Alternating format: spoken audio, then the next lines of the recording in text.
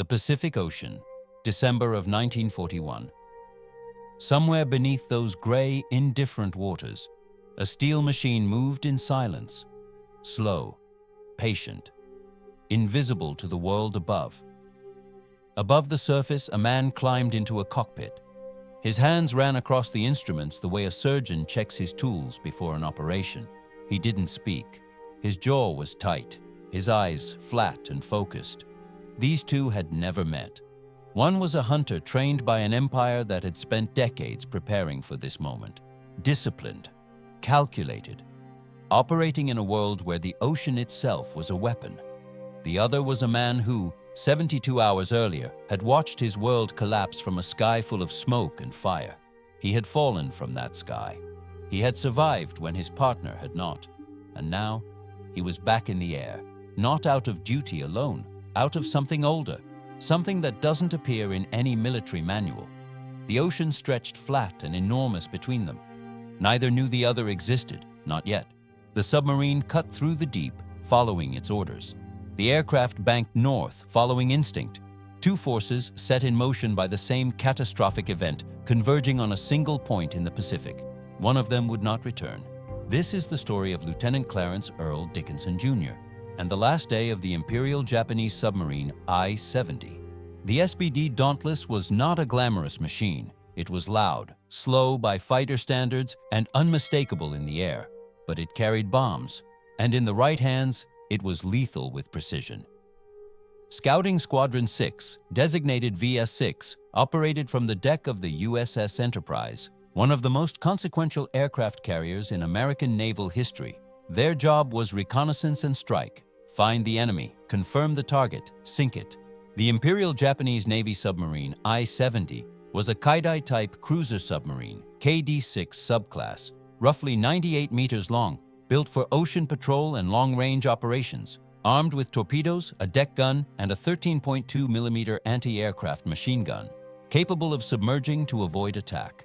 On the 7th of December 1941, the Japanese Navy executed a coordinated strike on the American naval base at Pearl Harbor, on the island of Oahu, Hawaii. The attack involved over 350 aircraft launched from 6 carriers. Thousands of American servicemen were affected in a matter of hours.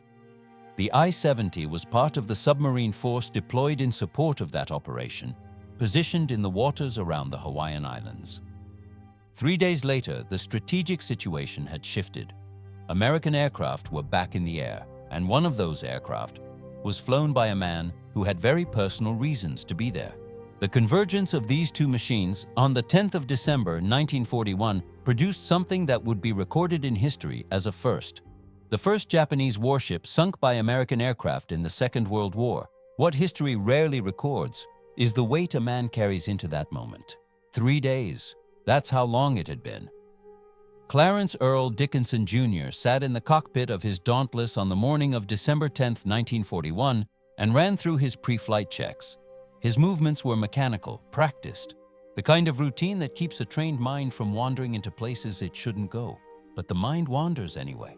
72 hours earlier, Dickinson had been in the air on a routine flight from the Enterprise toward Ford Island, the naval air station in the middle of Pearl Harbor. He wasn't expecting combat. No one was. Then the sky filled with Japanese aircraft. Enemy fighters intercepted his formation. His Dauntless took hits. The aircraft became uncontrollable. His rear seat gunner, radioman First Class William C. Miller, was struck and did not survive. Dickinson, with no other option, went over the side. He parachuted down through smoke and chaos and landed on Oahu as the attack was still in progress. He walked away from that. Miller did not. That distinction doesn't leave a man easily. Back aboard the Enterprise, Dickinson returned to duty. No extended recovery, no extended absence from flight operations. The ship was at sea, operating under heightened alert, and trained pilots were not a surplus commodity in those first raw hours after Pearl Harbor. What drove him back into the cockpit so quickly is something only Dickinson could fully explain. He addressed it years later in his memoir. He titled it, "Without Ambiguity, I Fly for Vengeance." The title says most of what needs to be said. On the morning of December 10th, VS-6 was conducting search and patrol operations north of the Hawaiian Islands. The Enterprise task force was tracking reports of Japanese naval activity in the area. Submarines had been spotted or suspected in multiple sectors. Dickinson lifted off and headed north. The Dauntless he flew was armed, a 1,000-pound bomb hanging beneath the fuselage. The aircraft's range allowed it to cover significant ocean surface. The crew's task was to find, identify, and, if warranted, attack. The ocean below him was enormous, empty-looking from altitude, the kind of surface that gives you nothing until suddenly it gives you everything. Dickinson flew his search pattern, systematic, professional. He had trained for this. He had logged the hours, the drills, the simulated attacks. The Navy had built in him the habits that function even when emotion runs hot underneath. And the emotion was there. He wasn't flying a routine patrol, not entirely. He was flying with something unresolved sitting in the seat behind him, in the space where Miller used to be. The Pacific spread out below, flat, enormous, indifferent. He kept his eyes on the water. Somewhere out there, the enemy was still operating, still present, still moving. Dickinson scanned the surface. He was looking for a target. The I-70 was not supposed to be on the surface. A submarine's primary defense is invisibility, depth, the ability to disappear beneath the waves and become, for all practical purposes, untouchable from the air. The ocean is a vast place. A submerged vessel is almost impossible to locate without specialized equipment or direct observation, but the I-70 was not submerged. Earlier that same morning, on December 10th, the submarine had been located and attacked by another SBD Dauntless, piloted by Ensign Perry Teff. That strike had delivered a 1,000-pound bomb, a near miss, but close enough to cause severe hull damage, close enough to compromise the ballast systems and eliminate the submarine's ability to dive. This changed everything. A submarine on the surface is no longer a predator. It becomes prey, exposed, slow relative to aircraft, unable to maneuver effectively against an attack from above. Its deck gun, a formidable weapon against surface vessels, is nearly useless against a diving aircraft closing at speed. The crew of the I-70 knew this. They had not chosen to remain on the surface. Circumstances had forced it, and in the hours following Teff's attack, the submarine sat exposed in the open Pacific, northeast of the island of Molokai, with limited options and a crew that understood exactly how vulnerable they were. The Imperial Japanese Navy had trained its submarine crews to a high standard. These were not inexperienced men. The I-70 class boats were built for extended ocean operations, capable of covering thousands of nautical miles. The officers and crew who manned her had been part of one of the most strategically ambitious naval operations in history just 3 days prior. Now, they waited, on the surface, under open sky. The Pacific in this region and season offers long sightlines. The horizon is distant. The watercolor shifts from deep blue to gray depending on cloud cover. An aircraft approaching at altitude from the right angle against the right sky can close a significant distance before it becomes visible from sea level. The crew would have had lookouts posted, standard procedure, eyes on the horizon, scanning for aircraft, scanning for surface vessels. They would have known that American air operations had resumed. They would have known they had already been found once that morning, being found twice in the same day on the surface with no ability to submerge. That is a situation with a very limited number of outcomes.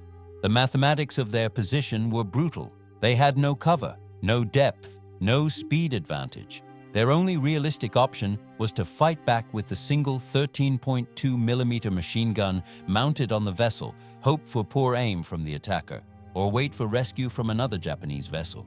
None of those options were strong. The ocean around the I-70 was quiet, the kind of quiet that arrives between events, not before peace. Somewhere above the cloud layer or closing from the horizon, an engine sound was building. The crew heard it, or they didn't, depending on which direction the Dauntless came from. Either way, it didn't matter. Dickinson saw it first. A shape on the water, long, low, and dark against the gray surface of the Pacific. Not a wave pattern, not a shadow from cloud cover. Something solid, something manufactured, something that had no reason to be sitting still on the open ocean unless something had already gone wrong for it. He held his altitude for a moment, looked again. The silhouette resolved itself clearly. A submarine, hull visible, conning tower above the waterline, not moving at any significant speed, not diving, just there. He noted the position. He noted the condition of the vessel. It was running on the surface in a way that suggested it wasn't doing so by choice. No submarine commander with functioning dive capability sits exposed in contested waters in the middle of the day. The Dauntless banked. Below, on the deck of the I-70, the lookouts would have had seconds. The aircraft was already committed to its approach vector when it became clearly visible from sea level. At the speed, a Dauntless descends in a strike run. Seconds is not a generous amount of time. The crew moved to their stations. That much can be assumed with certainty. Trained men respond to threat, even when the threat is overwhelming. The 13.2mm machine gun would have been manned. The submarine turned slowly to starboard, attempting to bring its gun to bear. The submarine could not run. It could not hide. What it could do was fight back. And so the moment arrived, here, over a patch of ocean northeast of Molokai on the 10th of December, 1941. In the third day of a war that the United States had formally entered exactly 72 hours before. Two machines, two crews, converging. One from above, carrying unfinished business and ordnance. One from below the normal world, now forced into the open, stripped of the one advantage that defined its entire purpose. Dickinson lined up his approach. The geometry of a dive-bombing attack is specific. The pilot must calculate angle, speed, wind, altitude, and release point simultaneously, while the aircraft is in motion and the target may be maneuvering. Against a vessel that cannot maneuver effectively, the calculation simplifies. But simplicity is not the same as certainty. He pushed the nose down. The Dauntless accelerated. The engine note changed. The ocean surface rushed upward, the submarine growing from a dark smudge to a distinct vessel to a clear, defined target with real dimensions and real men moving on its deck. The distance between them collapsed. The I-70's crew fired back. They would not have done otherwise. Whatever was coming, they faced it. The horizon tilted. The conning tower filled the forward view. Dickinson held the dive. His hand was on the release. The Pacific was no longer enormous and indifferent. It was immediate. It was specific. It was 45 seconds from being the last thing the I-70 ever saw. The dive-bombing attack is one of the most demanding combat maneuvers in aviation. The pilot commits fully. There is no half measure. You point the aircraft at the target, you accept the incoming fire, and you hold the approach until the release window opens. Pull out too early and the bomb falls wide. Hold too long and the aircraft doesn't recover before hitting the water. Dickinson had trained for this hundreds of times. He had also, 72 hours prior, been on the receiving end of an attack he did not survive intact. He had gone over the side of a burning aircraft. He had watched his rear seat man go silent and not come back. His hands were steady. The I-70's defensive fire reached up toward him. The submarine's single 13.2mm machine gun tracked his descent. At the speeds and angles involved in a dive bomb run, anti-aircraft fire from a surface vessel is difficult to aim accurately. The target is moving fast, changing angle continuously, approaching from above in a way that makes lead calculation genuinely difficult for gunners trained primarily against horizontal threats. This did not make the fire less real. Rounds passed the aircraft, or near it. The airframe absorbed what it absorbed. Dickinson held the dive. The submarine's deck was clearly visible now. The conning tower, the hull line where steel met water, the precise geometry of a vessel that had been built with enormous care and was now sitting exactly where its designers had intended it never to be. The release altitude arrived. He let the bomb go. One bomb, 1,000 pounds of concentrated force, released at the precise point in the dive where physics and training intersected. Then Dickinson pulled the Dauntless out of its descent, and the aircraft clawed back toward altitude, the engine pushing hard, the airframe under stress from the recovery G-forces. He banked. He came around to observe. What he saw took approximately 45 seconds to complete. The bomb had struck directly alongside the submarine's hull, amidships. The explosion threw several members of the crew overboard. A vessel already compromised, already unable to dive, already carrying whatever damage Teff's earlier attack had left inside its systems, had no answer for that. The I-70 began to go under, fast. A submarine hull is not designed to absorb a direct ordnance strike while on the surface. The internal spaces that are meant to hold air, ballast, machinery, and crew are contained by steel that serves a different purpose than armor. When that steel fails, the ocean fills the spaces very quickly, 45 seconds. That's how long it took from the moment the bomb detonated to the moment the I-70 was no longer visible on the surface of the Pacific. Dickinson circled above. The water settled. It does that. Regardless of what just happened beneath it, the surface normalizes. A large bubble of oil and foamy water rose and spread. Debris, disruption. 4 men visible in the water. Then the Pacific simply continued. He noted the time. He noted the position. He turned back toward the Enterprise. The rear seat behind him was still empty. Miller was still gone. Some things a bomb cannot touch, but the I-70 was gone. And that was something. The Enterprise received Dickinson's report. The confirmation came through official channels over the following hours and days. The I-70 had gone down northeast of Molokai on December 10, 1941. Sunk by aircraft of the United States Navy. Sunk by a pilot from VS-6, flying a Dauntless with 1 empty seat. The designation that attached itself to this event was permanent. The I-70 became the first Japanese warship sunk by American aircraft in the Second World War. First, in a war that had officially begun exactly 3 days before that bomb landed. The Navy documented it. Historians recorded it. The significance was not lost on anyone who understood how long that war was going to be and how many more vessels would eventually follow the I-70 to the bottom. Dickinson kept flying. That is perhaps the detail that says the most. He did not rotate out. He did not request reassignment.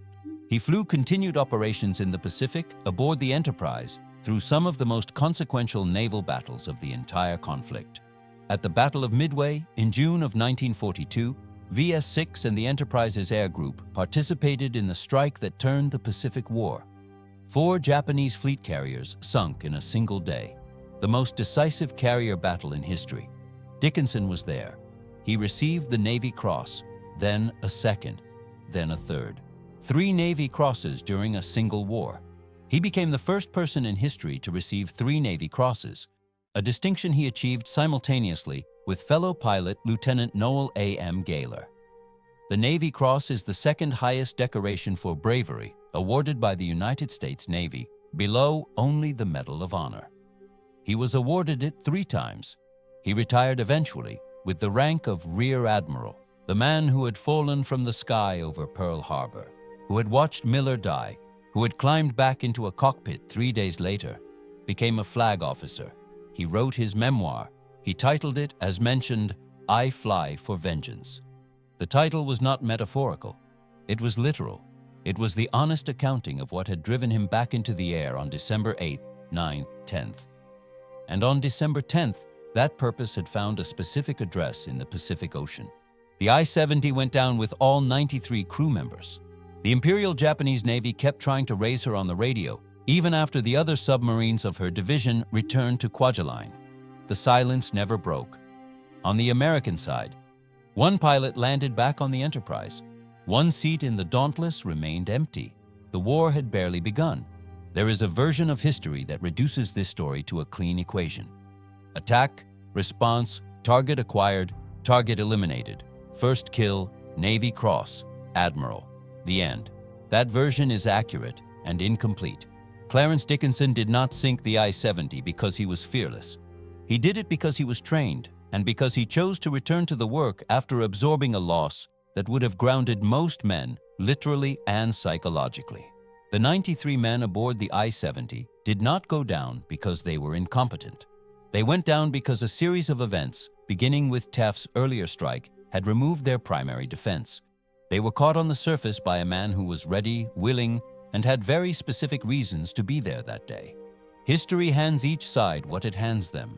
Sometimes the difference between the man who lands back on the carrier and the crew that goes under is 45 seconds and a functioning diving system. Dickinson understood this. His memoir doesn't read as triumphant. It reads as honest. The title tells you what drove him. The pages tell you what it cost. William C. Miller did not come home. The I-70 rests somewhere on the floor of the Pacific, northeast of Molokai. And somewhere between those two facts, the actual story lives.